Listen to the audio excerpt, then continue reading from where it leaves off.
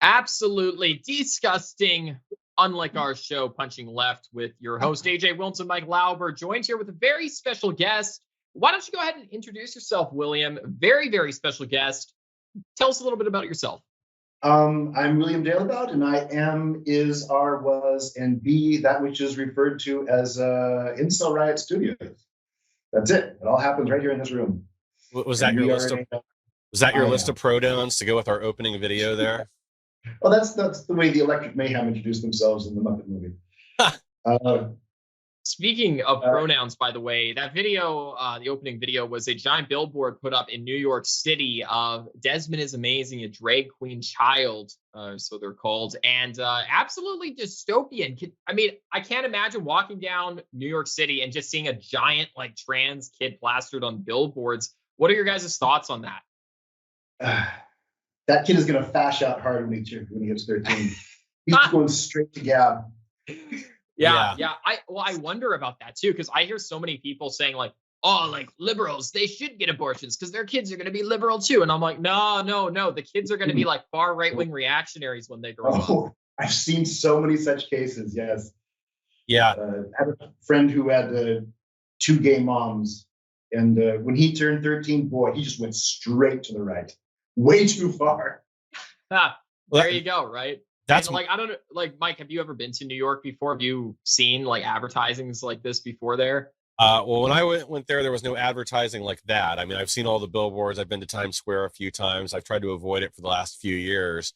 But like, my thought is, like, if we took that same billboard and we put it to like any other city, any town in the Midwest, maybe any city except for San Francisco, that would be like one of the best vote recruiting tools we could ever possibly use. Like, parents would see that and immediately want to put a stop to it. So I don't understand, like, our side should be taking that video of like the old man in the tidy whities, like shaking his butt in front of kids at the parade, where they like, talking about Hunter Biden. Yeah, well, underwear, that picture of him. But go on. Yeah, or that. If we just ran that of the video of like Hunter Biden like weighing the crack out on the scale, was arguing the amount, or walking around with his gun in his underwear talking to the hooker.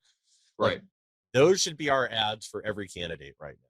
Classic country. No, I agree. I was going to say, like, all you got to do is take that billboard, like you said, and just put like sponsored by the left, by Democrats, whatever group you're trying to go after. And it's true, like, the LGBT, the left, they are pushing things like this. And in fact, these giant NGOs, these people like Soros and other people who we're going to talk about later on, they fund these projects like this. Not saying Soros for this one particular, but we're going to get into some of the stuff that Soros is funding, very destructive to America. And you do have other NGOs that are contributing to trying to normalize the LGBT stuff within little kids. It's disgusting. Yeah. And it's, I don't know what the left sees in this, why they think this is going to give them some kind of advantage. Like, we just had a poll that came out that the issues that the left thinks they're going to win with are just not important to regular people. Like global warming and climate change, that not even 1% of registered Democrats saw that as the most important thing facing the country right now.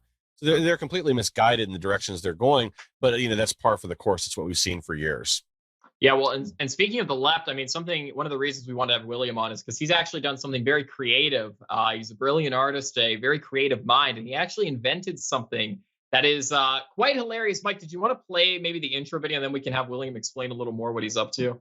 Virtue Signal is a card game that parodies left-wing social justice activism. Here's how it works. In Virtue Signal, everyone roleplays as a different social justice warrior archetype. The base deck has 8, and each character has his own personality and unique activist superpower. The object of the game then is to attract followers to your character's cause, whatever that is. Followers attach to the character cards similar to dominoes, and the first warrior to have 15 followers is the winner. Pretty simple. Social justice activism is a contact sport though, and things are going to get rough. While you're trying to build your coalition up, all the other players are trying to stop you or even tear it down. The most common way is by accusing you of microaggressions. A microaggression is a bizarre accusation against your liberal person. Investigations into your past, slips of the tongue, problematic hand gestures, or more than likely something that makes no bloody sense at all. When a microaggression is played against you, it besmirches your progressive reputation and makes it harder for your coalition to grow. Enough accusations and your growth can be stopped entirely. Just as in real life, or unreal life if you prefer, your wounded liberal reputation can be fixed through virtue signaling. A virtue signal is an empty ritual of progressive piety that makes you seem like a really good person and which probably doesn't help anyone or accomplish anything at all. The right kind of virtue signal removes the microaggression and lets you grow again. For example, if someone accuses you of cultural appropriation, you can signal your way out of clown jail by wearing the keffiyeh you bought in Palestine and wishing death by fire on the great Satan. Makes sense, right? Of course not, and that's the whole point. But wait, I can hear you thinking. How can you simulate what it's like to be a social justice activist when the rules of social justice activism are changing constantly? This game sucks, reported for hate speech. Well, it just so happens that we already thought of that, smartass, which brings us to plots. Plots are global modifiers that change the rules of the game. Some favor particular groups, some favor certain players, some bring the game to a halt, and others bring down fiery Armageddon. And then there's also one that returns the game state to normal, if that's what you're into. Be gone, plot! There are also a variety of special cards with unique effects, such as stealing followers from someone's coalition, or forcing them to get a job, or triggering them so badly that they run away from the game crying. These are just examples. Some are even worse. Of course, all these emotional scars can be avoided if you remember to play your safe space card, and crayons, and a juice box, you big baby. And that's pretty much it. The game is strategic and competitive, and by the end, you and your friends will certainly be traumatized for the rest of your pointless lives. I'm in the upper right quadrant. What do you mean by that? Yeah. Well, we were trying to say something about you, that you're the far right extremist on the political compass right. map. Yeah, the libertarian right. Well, yeah, and actually, like, if you could bring us back about the game, and then I would actually kind of like to get in your background and like what brought you to the point, why you decided to start producing this type of degenerate scumbag material. Virtue Signal's been in development for 15 years. I had it backburnered for like 12 years and just like working on these characters and working on like how the game might work. It's basically a simulation, as many people have pointed out. It's a simulation of Twitter. It's how Twitter works, right? Where you have a character and you recruit, and like way late into the thing, the NPC meme came out. I think I'm the first person to actually do anything with that. Everybody did things with it since, but it was like I had. You recruit these followers, and they all had names, and they all had little pictures, and the NPC thing came out, and was like, well, that just fits perfectly. So I put them in the game. So you recruit NPCs now. It's brilliant. And Mike, you've said you've played it too, right? And it's pretty fun to play. Oh yeah. That's how I met William a little while back. We've been friends. We worked on some other projects together. We worked on POZ, which we'll bring up here in a little bit. Together, worked on the development. Not that I really did much besides pretend to be Jorge for the play tests, and came up with a few cards I'm proud of. But like you said, the NPC meme was like perfect for that to come out, because like I saw your ad on the Mr. Obvious YouTube channel, and then I followed the link and bought the game and the expansions. But it's a great one to play with like friends. It's very simple, like it says, it's kind of like dominoes, but the game's hilarious, and I think that's part of what conservatives miss out on is the culture, because culture isn't just like the music and pop culture and things like that. It's board games, other things that unify people and bring them together, and that's kind of what we need to highlight, is the people building that type of media, entertainment media, that is right, populist, or conservative driven. Yeah, and it needs to be fun. I posted about this just this morning. Like, I saw this Jordan Peterson clip, and I met Jordan, a very kind person, but he's very intellectual, right? And I don't think he would deny that. And I watched a clip of him speaking on the Daily Wire, which I think he's signed to now. And he was explaining like transgenderism, but from a very academic standpoint. And I'm like, that's not how you win the culture war. That's how you win like the minds of smart people. But the majority of Americans are not that smart. I hate to break it to you. So to reach the masses, you got to appeal to their hearts, and doing things like this, where it's like funny, it's entertaining, it's something you want to do on like a Friday night with your friends, and you get people involved in it. That is what you need to do to win the culture war. So there's going to be more information. The full video that we just showed will be down below. There will be a link down below in the description to watch the full video. You can check it out on William's channel, subscribe to him on there, and see all the other stuff that he's up to as well. Mike, did you have any closing thoughts on this, or should we move right into to the news? Well, we'll also have a link to the game to where you can buy it, and it'll be a link that'll be a way to help support us, support the channel. And then I wanted to highlight one other thing with Virtue Signal before we move on. Maybe talk about Pause and some of the other projects here too. Sure. So as you can see, there's clearly a parody here of our favorite our favorite climate change activist. Right, yes. Greta. Yes, we got Greta Thunberg here. But that's, again, like part of what makes it unique. And it's mocking the left, taking their ideas, pointing out how stupid they are, and then laughing about them. And they can't stand that. More than anything else, the left does not like to be mocked. What were you going to say, William? Well, I was going to say, a lot of when we go toe to toe with the left, it's about issues. Like, we'll fight them on issues. Right. What I tried to do here is like go around issues. This isn't about issues at all. It focuses on their behavior, right, and what nasty, awful people they are, even to each other. Right. Right. And that's a great concept. You claw down the other liberals by accusing them of things. Yeah, it's a brilliant concept. Like, honestly, it's something I never would have been able to think of. And this is, again, like how Mike said, this is how you start influencing culture, is like doing things exactly like this that are appealing to people. Yeah. And again, like it being so true to the real world, that's really where the genius in it is, accusing them of some kind of microaggression or whatever. Right. And the only way they can overcome that to regain their, Twitter popularity, however you want to look at it, is by then some meaningless action to virtue signal that they're a good person. Yes. Yes. So turning that into a game to illustrate that in reality, that's basically what it is too. It's all a game to them. It's just it's a status symbol. Right. But to illustrate that in such a brilliant way that's fun and funny, like that's what we need to win the culture war. Stuff like that will get people involved and just mock our enemy until they want to go hide in a closet. Yep. Yeah, hide in a cry closet somewhere. Right, exactly. Yep. And William too, one of the interesting things about him is you're not in America right now. Can I disclose what nation you're currently residing in? Sure. I'm not a communist. He is currently in an undisclosed location in the Chinese People's Republic of China. I don't think I said that nation. I'm about an hour east of Wuhan. An hour east of Wuhan. Quarantine in the world. In China. And it's absolutely mad there, I've heard. We hear on the news a lot that like China's going crazy. In your personal experience, like day-to-day life, what's it look like in China? What does it look like on the street? Well, officially, there are no politics in China, right? The CCP answer to everything is fine, right? Everything is fine, and don't ask questions. Day to day on the street, you never see anything. People don't talk about politics. It almost never comes up, except for a week and a half, 2 weeks ago, when the run on the bank started. I think Mike was talk about that later. Yeah. Right. Yeah. We can get into that. So the banks are in like a little bit of trouble recently, I've heard. What's going on there? Oh, geez. How long do you want this to be? As long as you want. We'll go for hours. Okay. One of the reasons I wanted to have you on is because this information isn't getting out here. And like, I see your posts, I got that from the one you're showing right now. I got that from a person in China. I haven't been able to find anything on the on Western media.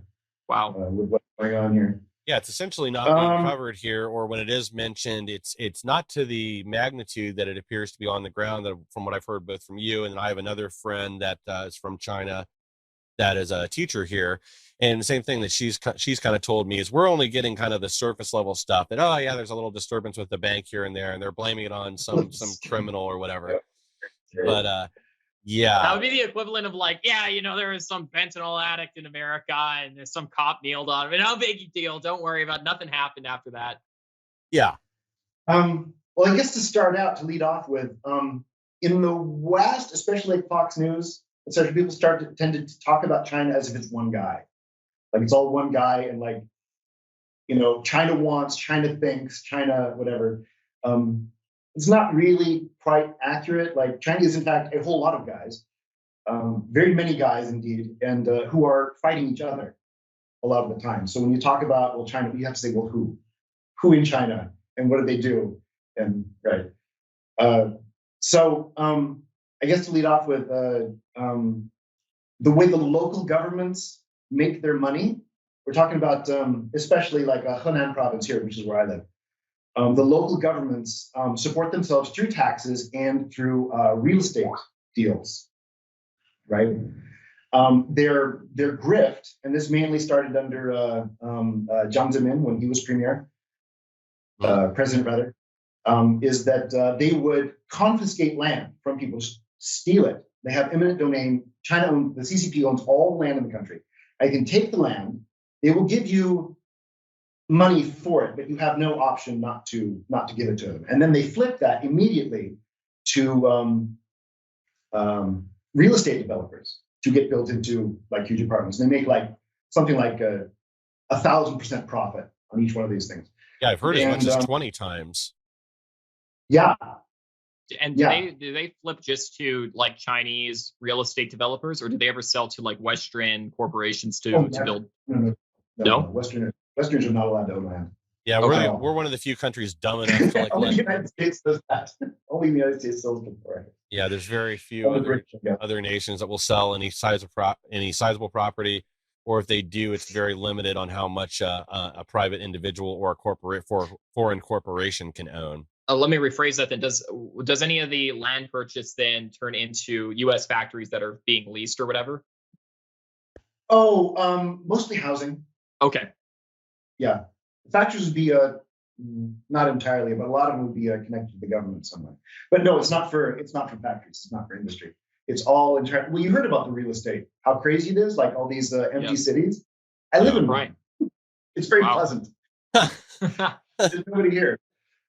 Well, and people are refusing to pay their mortgages. Is that correct? That's what I've heard on the news, that there's... Yes, and I'll get there. Okay. So it's gotten to the point where like 20 to 30% of the province's income has come from real estate development, right? Sure. And this basically happens under the John faction, right? It's extremely corrupt. The real estate developers and the CCP local officials, if they're not the same person, they're very, very tight. And this has been happening for 30 years. What she was brought in to do was to stop the corruption. That's officially what his purpose, right, in the CCP. He was and that's why he keeps getting reelected. And he instated the 3 red lines policy, which is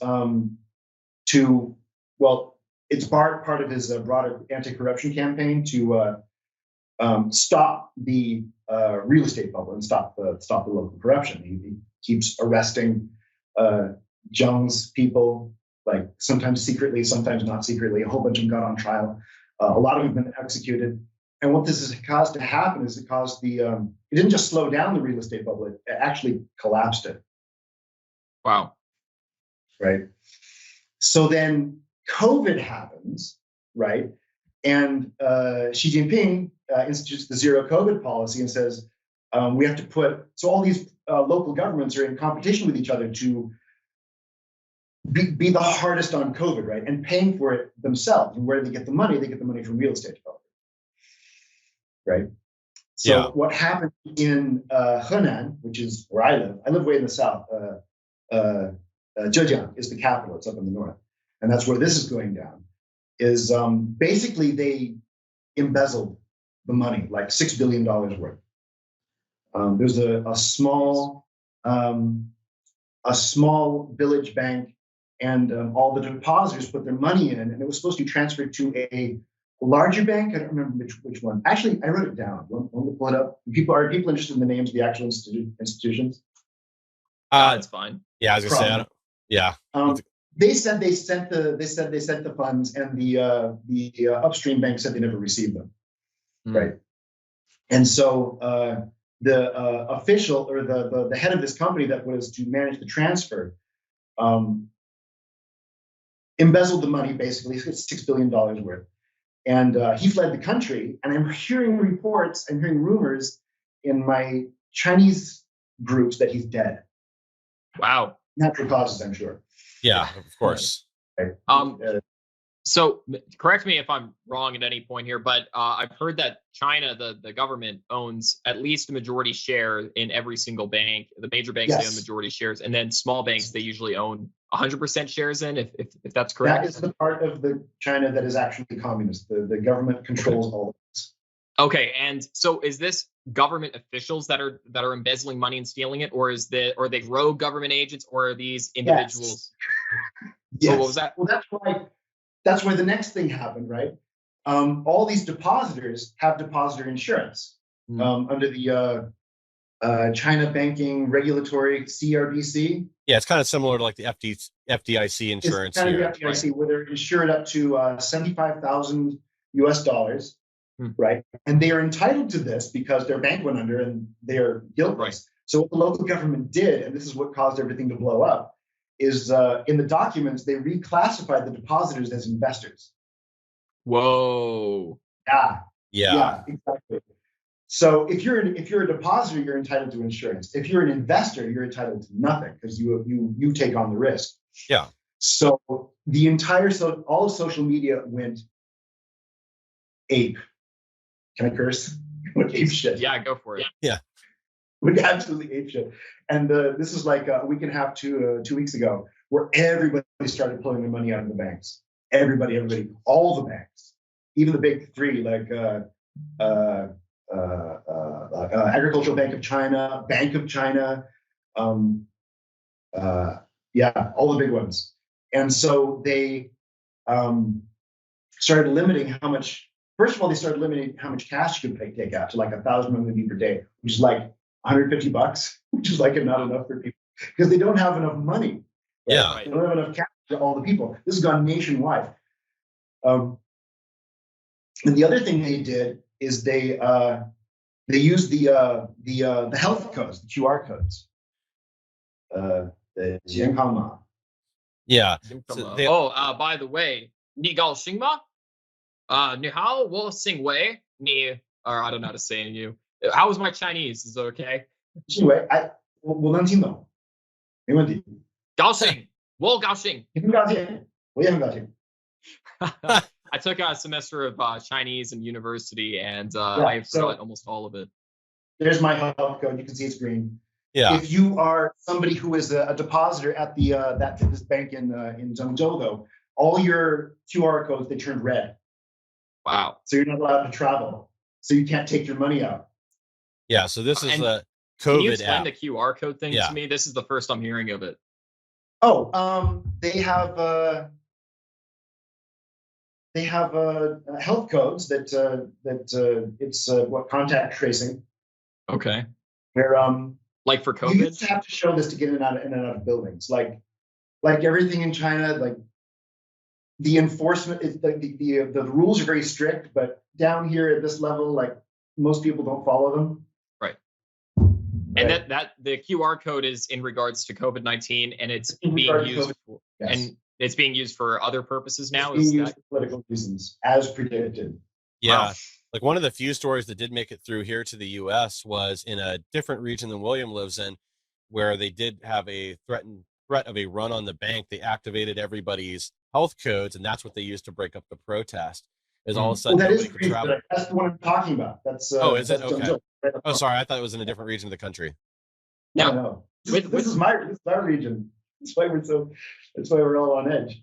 With COVID, is it true? I've seen a lot of videos of those guys wearing like the white hazmat suits with the guns. Have you ever seen the white hazmat suit guys? I have one. Oh, you're one of the guys. I bet you're the one with the gun walking down the street. He's like, I'm on my way to the bank. That's a joke, China. Don't kill me. I should have worn it. I'll wear it for the next show. Oh, that would be great. Just get these. Yeah, I thought it would be funny. Maybe I'll use it in a video sometime, but they're so hot. Yeah. I've had to wear like Tyvek before when I used to work in woodworking years ago. Well, and there's like a giant heat wave right now in China as well. There is throughout Europe. I know the UK hit like 109. What is it up in China? What's it like? The official temperature is a secret. Oh, yes. Yeah. Tell them this. Like if it goes above a certain. Yeah. Right. There. Something you can always count on is that the CCP will always lie about natural disasters. There was a major flood, like several months ago, also up in Zhengzhou, where it's on video, like hundreds of people dying. Right? But officially, they report like 10% of that. Yeah. Yeah, massive floods in Zhengzhou, and the CCP will not report any temperature above 40, which is about 100 Fahrenheit. Wait, but I'm hearing 48. I'm hearing 78 at ground level. Like all these rumors are going around, but officially it's 40. It's never gone above 40. That's so odd to me that like every little and what is like the average Chinese person's like responses? Are they just like, this is what life is? You know, don't question the government, don't talk about politics, just do your own thing, or the average Chinese, and this goes back like thousands of years. The Chinese, what attitude toward government is that you do your job and we'll stay out of politics, right? Right. So if you make sure that heaven is happy, make sure that the sun is not too hot, make sure that the rivers do not flood, make sure that there is no natural disasters happen, and we will stay out of politics. We won't even talk about it. Okay. Okay. If they fail to do that, right? Deal's off. Deal is off. And people will start talking about politics, and that's what I started noticing after the Shanghai thing. Yeah. Uh-oh. And I've Yep. heard too that in my Chinese class in college, the professor was like a Mormon from Utah, but spent a lot of time in China and years there, and then he taught there. And he said something about China is when you get a lot of people in a group, the mob mentality goes pretty wild, and that's why he said the government wants to crack down on these protests immediately, because as soon as you get a group of people, it starts to get out of control fast. The official name for that practice is called chanshazi, mixing in sand. Oh, really? Like they will allow you to be a dissident by yourself. As soon as a group gets too big, they will disperse it. That's interesting. Just That's don't very come interesting. together. Yeah. And it's fascinating. I wonder if in the future, one day, perhaps China will push like a kind of pseudo individualism on people, like everyone mind your own business, like, and kind of integrating that kind of mindset. Sorry, what was that?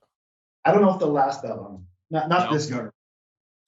Not this government. They broke the rules. They broke the rules, and eventually they're going to pay for it. Really? So do you think what happened in Shanghai was beyond the pale? Really? So you think the end is near? Hmm? Do you think the end is near then for the government? Maybe the beginning of the end. We'll see. Yeah. Interesting. I think But similarly. regular people are starting to get involved in politics, and you never want that in China. Right. Yeah, I would imagine. So, well, I mean, things are crazy from what it seems like from the outside. It sounds like it's pretty crazy from the inside perspective as well. Mike, any closing thoughts on it? Not at the moment. It's just I guess my whole interest here has been a lot of these things that are happening there we just don't hear about here, and there are a lot of parallels. I didn't get to the protest. Yeah, I didn't get to the protest. This happened put up the thing. The depositors have been unable to take their money out for 9 months, I heard, and there was like a huge demonstration out in front of the bank. You can see it right there on the lower right. Yeah, out in front of the bank in Zhengzhou. And a week and a half, 2 weeks ago, they sent in the cops and they beat the crap out of them. Oh wow! Yes. Like the It was a citizens big deal. beat up the cops. no, the citizens got. The cops beat up the protesters. Yeah, And I haven't heard that anybody died, but a lot of people got the snot beat out of them, and they got taken away, and they brought in trucks afterwards to clean up blood. And my group here that I run, I got a strike. I got a strike for receiving this image. Really? My social score is damaged now. Oh no, you'll never be able to buy a flight again. No, well, yeah. I don't actually count because I don't have a Chinese ID. So they would never be able to trick me anyway. But yeah, it's kind of like the biggest police crackdown since the big one.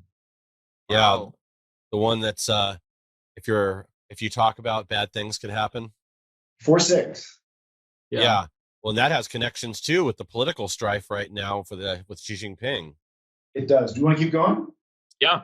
As Oh, long as we're not going to get you in any trouble, Yeah. Tell us more. Don't get yourself sent to jail or anything. But Yeah, I really don't want to have to close this with like the police kicking in your door. Police coming in. they're not looking for me. Also, the police here know not to mess with me. I believe Anyway. it. Do they stay away from Westerners? Like if you're American, they don't want to. No. 4 years ago, they dragged my whole family into the station. They called us terrorists. It was the G7 summit or the G8 summit, whatever that was. And the chief was a big, fat, huge guy. Like, keep an eye on him. He's dangerous. Why aren't you watching him? And I calmly said, no, we're not going to put up with this. Show me the law is what you do in China. It's like this is rule of laws, because the Chinese are very embarrassed usually that they have strongman politics and they wish they were more like a Western country that has rule of law. Right. So that's a good way to shame them into behaving. It's like, show me the law. Is this a country of laws? Show me the law. That's good to know. If I ever visit China and get arrested, I will. I'll definitely be pulling that out of the toolbox. Then anything else, like, or what was the context of you and your family being like? They just randomly That's said all. you guys. We're the only white people in this part of the country, Wow. and he had nothing to do. Oh yeah. Well, Wow. I know you were telling me before, and is this the same guy that had randomly kind of pulled you into the police station several times after that? Mm-hmm. Yeah. So it's kind of like ongoing. Every month, and I said, no, we're not gonna sit. And I hadn't heard from them in 2 years. Now, yeah, you bring up an interesting point too about like the kind of like racial aspects of China, because I've heard there's like a lot of ethnic divide between like the Han's Chinese and other ethnic groups. Is that yes, in reality? Yeah, and is that like not only the government level but individuals or generally speaking people as well? Not that many different people around. When you get to the city, it's much better. When they're used to seeing you.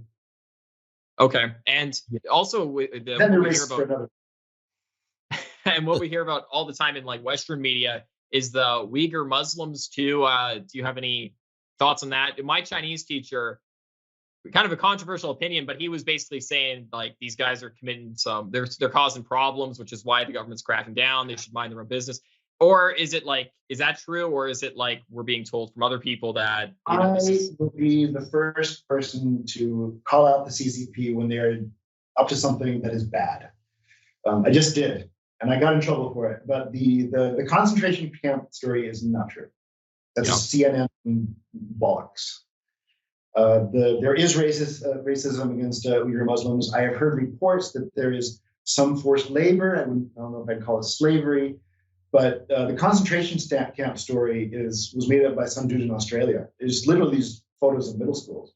Wow. It's like Saddam's WMDs. It's nothing. Right. I'm going to make people. Professor Johnson, if you're watching, you've been vindicated yet again.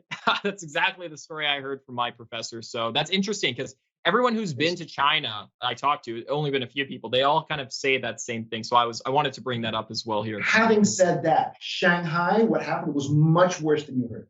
Much, much worse. What did happen in Shanghai? I've not heard of this. There is a low-level civil war going on between Xi and Jiang. Xi is the anti-corruption guy. Jiang is the corruption guy. Remember him? He's the guy with huge glasses, like he can pick up cable. Yes. Yeah, smart dude, scary smart. But the military, the secret police, not so much the media, and a lot of industry are loyal to him personally because he makes them rich. Right, so she gets brought in to do anti-corruption, and Jiang is trying to have him eliminated. There have been rumors that I cannot confirm that there have been 3 assassinations against Xi. Wow. Yeah. Wow. And for people, in America who have a very limited understanding of how this government system works in China, is it correct that like on local levels there is elections, but then on the federal level there's none? There are for like mayors. But and there are national elections. There's going to be one this September. Really? September, but only the CCP votes. Right. Yeah. And then there is like 90 million members of the CCP. Yes. Correct? I don't think they can all vote, but there are local elections.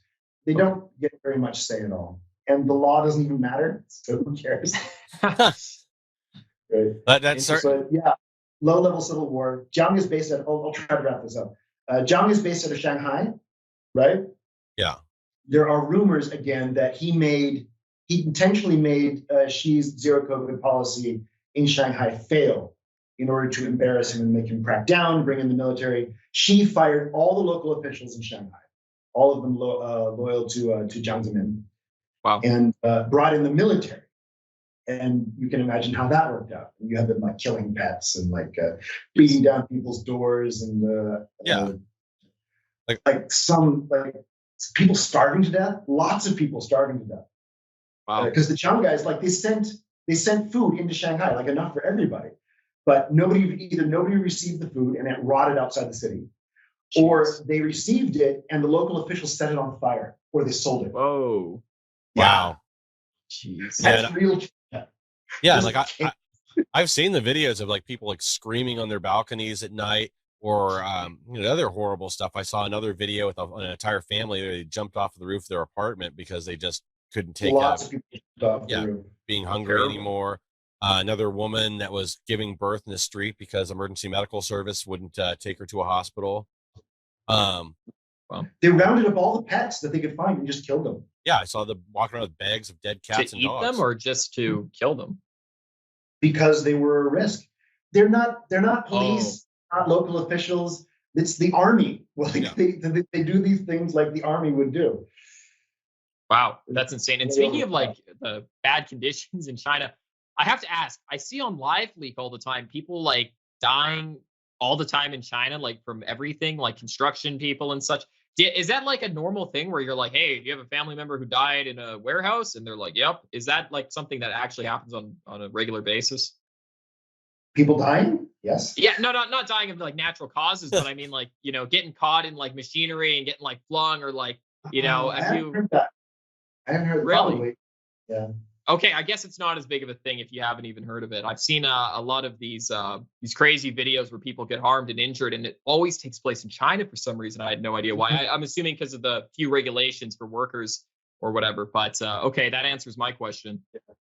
This will be the last thing I say, and then we'll close it out and talk about something else. Like right up the street from me is Nanwan Reservoir, right? Which people like to go swimming. There's a big fence around it. Like you have to climb over the fence to get in. And, like they'll try to stop you and find you. But every year, like people drown in Nanwan Reservoir, so they disallow swimming.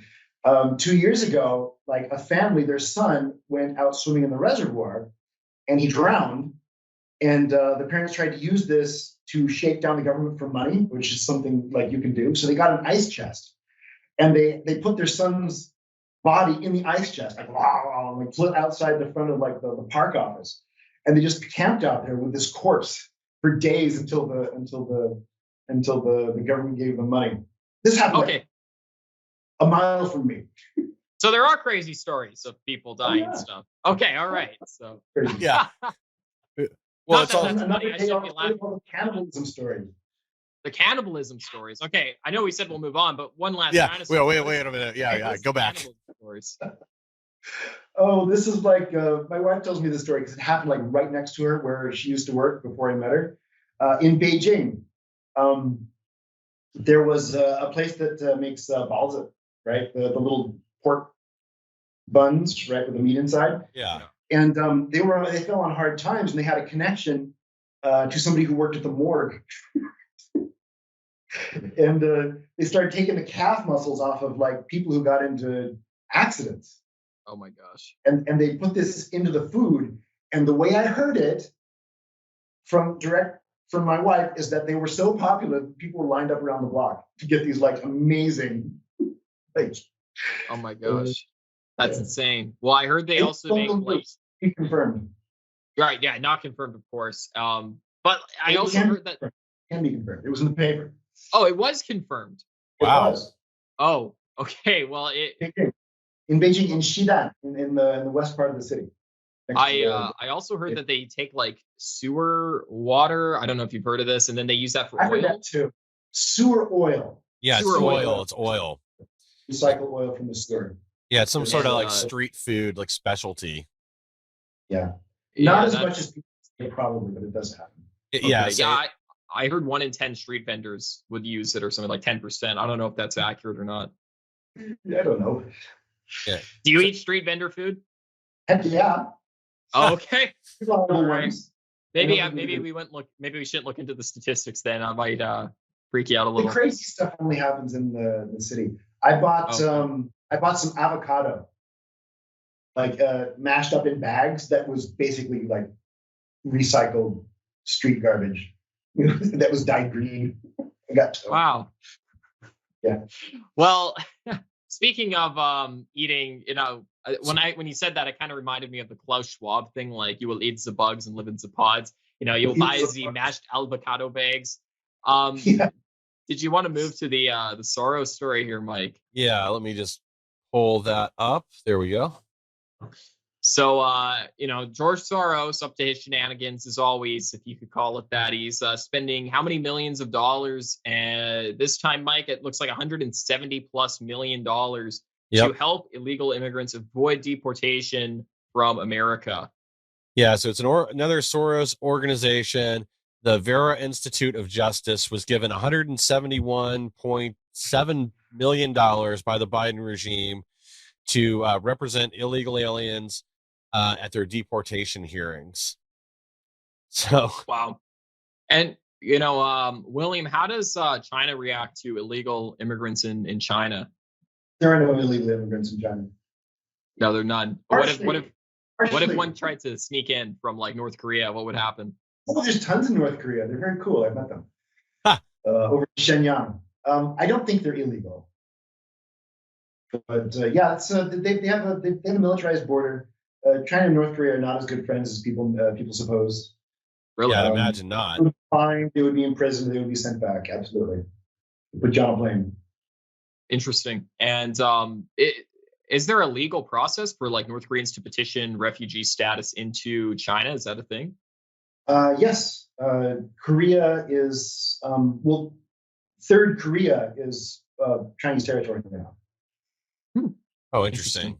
There's 3 Koreas. There's South Korea, there's North Korea, and there's the one just north of that that's been under Chinese occupation forever. Wow.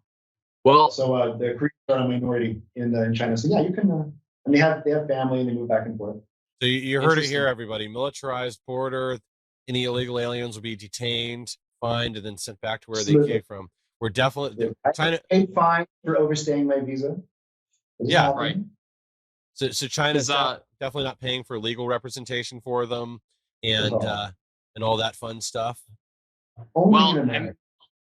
Yeah, in America, and then plus, if you don't even want your free taxpayer-funded one, you can get a Soros-funded attorney, and they can make sure that you definitely get off the hook. And you got to remember, there's the appeal processes. There's the fact that you can just not show up to your court date and wait around till a Republican or Democrat gives you amnesty. I mean, there's a lot of options for the illegals who want to come here. It's actually, it almost seems like easier to come to the U.S. illegally than legally at this point.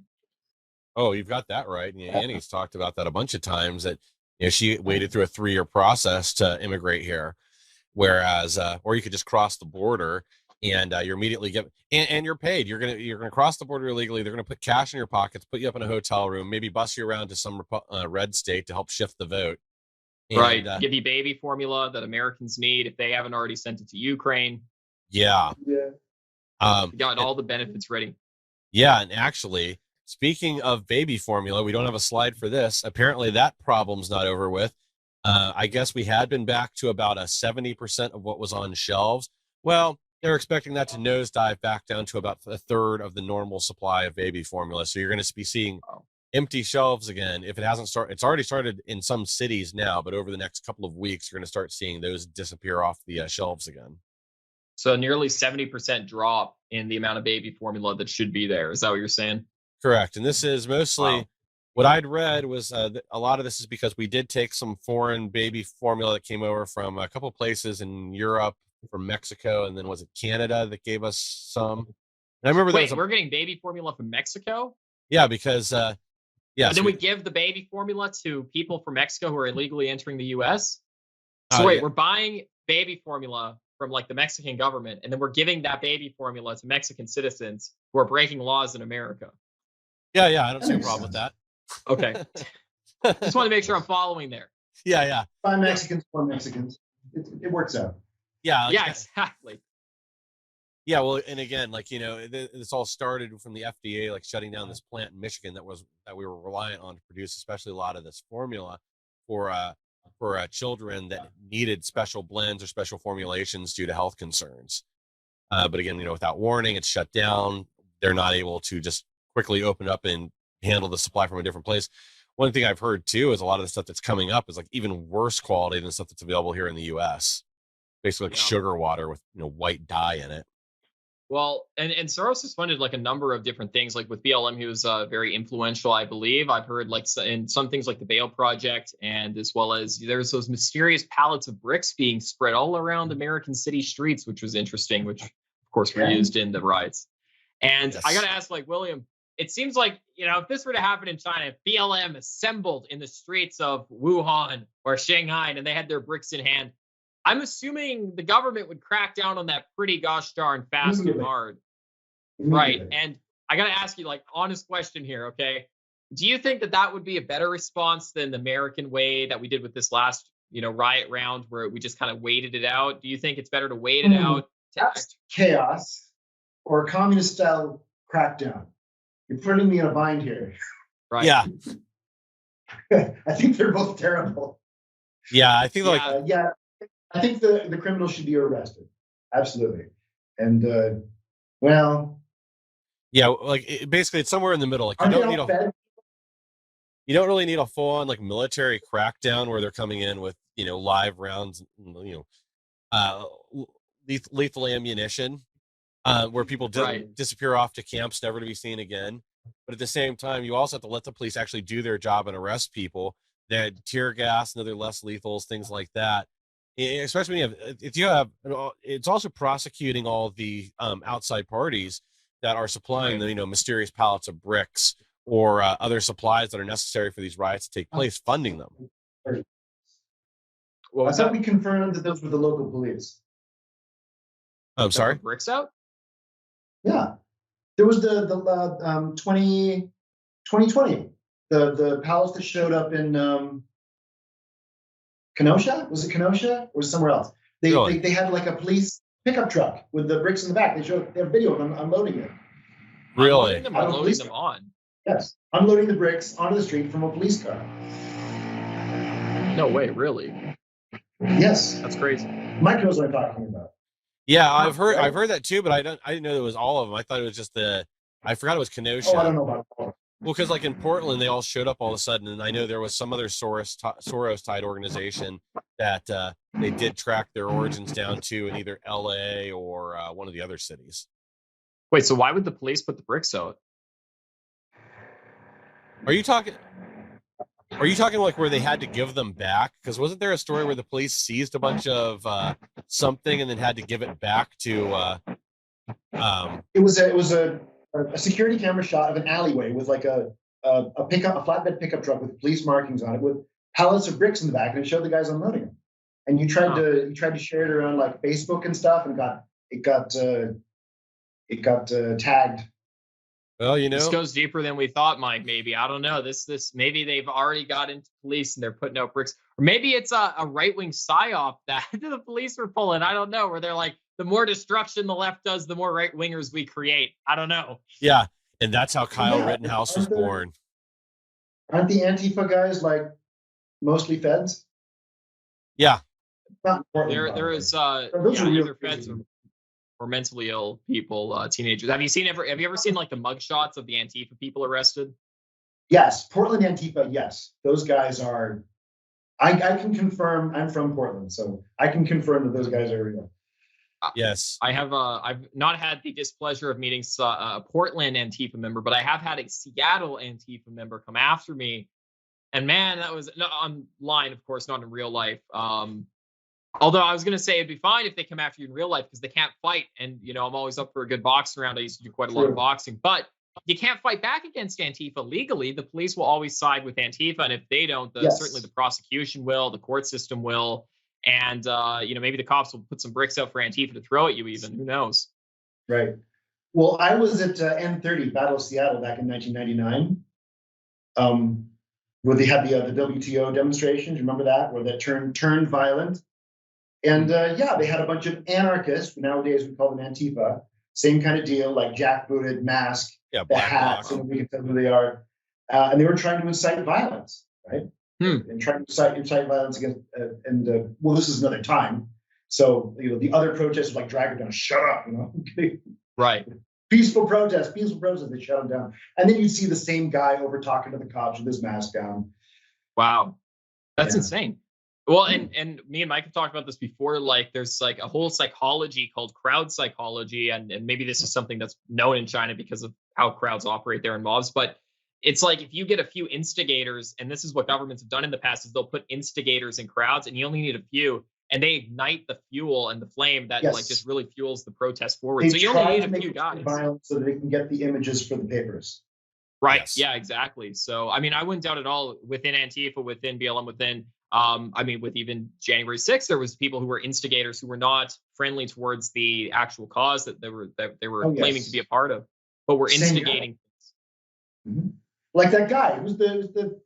He was on Tucker a couple times. Are you talking about Epps? Yeah. Like the big dude who's like, we need to go into the Capitol. Like that guy was Ray Epps. Yeah, Ray Epps. Yeah. He's definitely a fit. Yeah. Well, there's several other ones that people have identified, and then I know there's attorneys that are trying to get the federal government to confirm the IDs of 80 some odd people that they believe were federal agents or police officers. Yeah. And of course, yeah, that works. Yeah, and of course, the federal government here won't move on it. If anything, they're probably going to try to quash any talk of it, or move the proceedings where it can't be public. But this whole J6 thing is a sham anyway. Totally. Do you see, William, like in I don't know if this would be the case or not, but do you see like the American elite acting in a similar way to how the elite in China behave and can get away with things? Opposite. Kind of. In what way? Elaborate. In what way? The CC, they're cowards. The CCP are cowards. When they lie, when they do bad things, it's always to protect themselves, right? To enrich themselves, to protect themselves. Like supervillain shit, like the way Americans do, where they infiltrate things, they try to cause problems. That's just an American thing. Like the Chinese would never do that. Really? So you think like the American elite are like more irresponsible than the Chinese elite? The Chinese elite are cowards. The American elite are reckless. Okay. Overconfident. I think in China, there's more concern about if you take something too far, there's going to be repercussions for you. Or if all of a sudden you fall out of favor with the ruling party, or they just need to blame you for something. So it's kind of like keep your head down. So even if you are making a lot of money, I mean, everybody saw what happened to, what's his name that ran Alibaba? It's Jack Ma. Yeah, where he's basically disappeared now. There's been several guys who disappeared. Yeah. Really? Yeah, I mean, again, huge figure, billion-dollar company, multi-billion-dollar company, and even he can be disappeared. So it's not like you're untouchable. Whereas here, you take a few flights on Epstein's plane and you're untouchable. Well, yeah, and see, that's what I meant. Like, I don't know if, because again, I don't know Chinese politics, but if Xi Jinping was caught like flying to Epstein Island or whatever, like many times, and like, assuming it was a Chinese version, not an American version, would he be able to get away with something like that? Would his party turn on him? Would there be questions? Absolutely. There would never be questions. Wow. No question. No. That's interesting. But that's kind of the internal power struggle there. So, right. Yeah, and speaking of like a struggle for power, we can move on to the free speech story here. And what is this, Mike? Can you explain this a little bit to us? Yeah, so this is a big win in court by the Attorney General of Missouri, if I could talk, Eric Schmidt.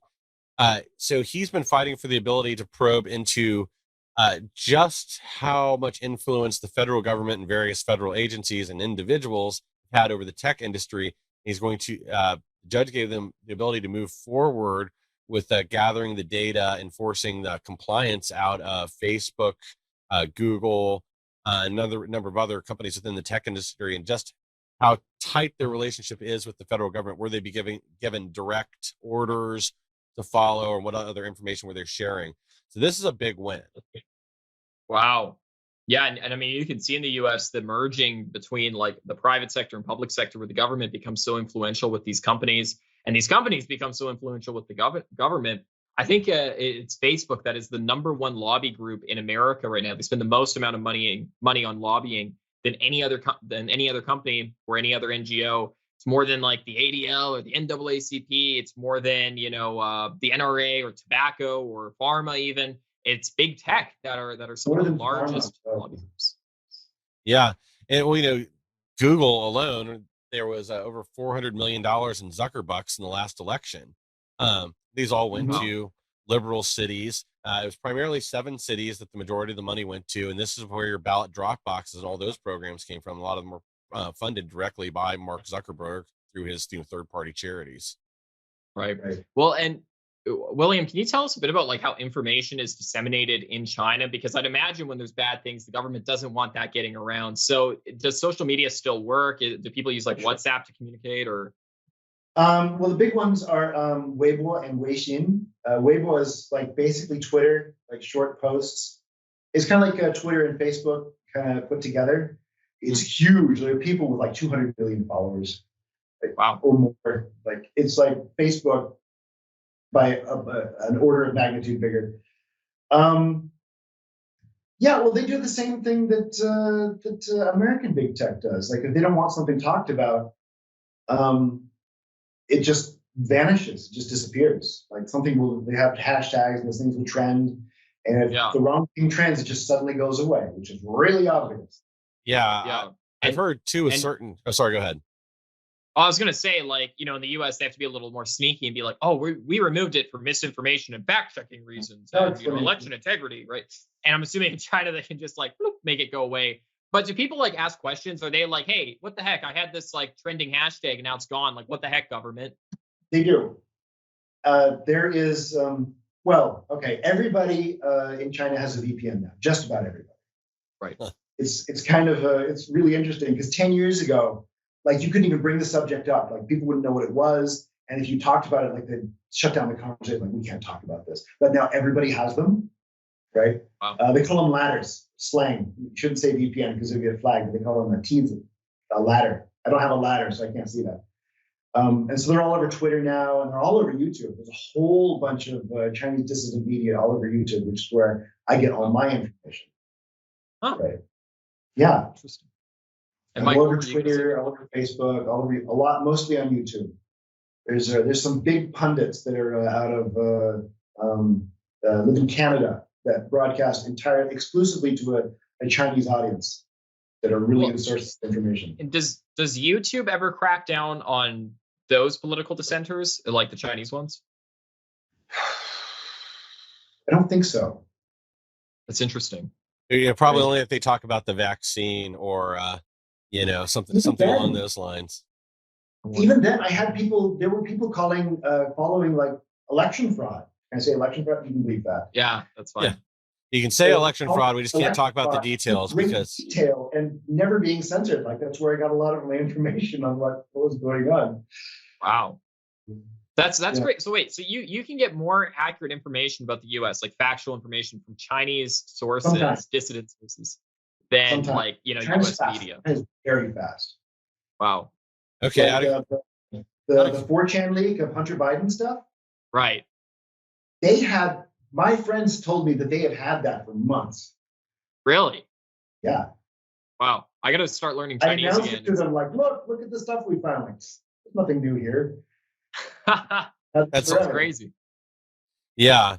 Well, that's interesting too. So I have one curiosity question. So like with the election fraud, the freest, fairest election that we've ever had where Joe Biden got 81 million votes and was more popular than Barack Obama. Does the media there have anything to say about that, about it being any kind of fraud or even does not talk about politics ever? That makes sense. Okay, never mind. Even like foreign politics, they don't talk about. Unless, if something terrible happens to the U.S., they'll make propaganda out of it. Okay. But there's no discussion. There's no debate. Yeah. There are no talking points. It's like everything is fine and shut up. That kind of makes sense. It's not. Is it not even like like communist propaganda or like government propaganda? It's just like straight no politics, don't question anything kind of atmosphere. You don't talk about things that the official policy is 和谐, right? Harmony. You don't talk about unpleasant things. Right? When the communists do propaganda, like we built this dam, we built this airport, look at these fireworks, look at this beautiful forest, just to give an impression like everything is wonderful. That's interesting. So there's conflict that just doesn't get talked about at all. They just give off like a very pleasant kind of view of everything and then ignore the bad things. So it almost doesn't sound necessarily like political at all. It's just almost like stability kind of thing. Right. Everything is fine. Everything is wonderful. They have a billboard like right down from my house. It's the funniest thing. It says, 政府好，人民乐. The government is good and the people are happy. That's the billboard. It's like 6 characters. But and what's crazy is like Americans will think of that and say that's like Orwellian, that's dystopian. But then we look back to the opening video, right, to tie this all together. Yeah. And it's the drag queen little boy on a billboard in New York City, and it's like, I don't know which one I'd rather see. I'm leaning more towards the government is good and people are happy than the drag queen story hour is awesome for kids. Well, that's another interesting topic. If we had time, we could get into was, in China, there's a pushback right now to kind of make men more masculine again and push back Yes. against all this LGBT, ABC barbecue propaganda we see over here. There's, they don't want their men to be sissies. And they also see where that leads in the next 20 years. Do you continue to let it happen? If you have, pansexual Eskimos running around, that they're going to have all sorts of mental health issues 5 years down the line. Right. And limiting amount of time you can play on video games and things like that. Is that correct, William? Yes, but not for the reasons that they usually say. Like save bandwidth or something? No, it's because the net cafes are dens of scum and villainy. Like there's drugs there, there's prostitution there. Really? Yeah. Like people will go. You can go to play games, right? In these net cafes, you put it in a big chair, and we'll get like two babes to like come and sit and play games with you, and they'll give you like whatever you want. And it's like a big thing. There's one just opened up, not just down the street from me. I want to go check it out. Wow. Well, on the note of gamer prostitution in China, I think that is all the time we have here. So thank you, William, again. Go ahead and plug yourself and your game again. And again, the link will be down in the description for that stuff. Go ahead. Yes. We are Incel Riot Studios, and we make political board games that make fun of left-wingers. And if you're into that, then you'll like what we do. Yeah, and I think you'll really like some of their future projects they've got coming out too. So when they do have the new preview up for POZ, we'll make sure we include a link, send that out to all you guys on our feeds. And he's got another project in the works we didn't bring up that we'll have William back on at some point to talk about another one of his ideas that is hysterical. Yeah, absolutely. Anytime you want. And anytime you want to come back on, please do, because we love having someone who is an expert in China on the show, especially someone like yourself as well spoken. Is there anybody who's an expert in China? I have done. I just met him. There we go. So thank you all for joining. Sai Ke. That means class is dismissed. It's one of the only Chinese words I know. And other than Ni Gao Xing Ma, which means I am happy. No, Wo Gao Xing. Wait, did I say that right? I'm ending the show terribly now with my Chinese skills. But you can hear awesome Chinese skills from William if you check out his channel. He also speaks in English, as you guys can probably tell from this live stream. Thank you all very much for joining. Find all the relevant links down below in the description. Find us on punchingleft.com and subscribe to us on Telegram at, again, punchingleft.com. Thank you all for joining very much. God bless each and every one of you guys, and take care. Thanks again. We'll see everybody soon.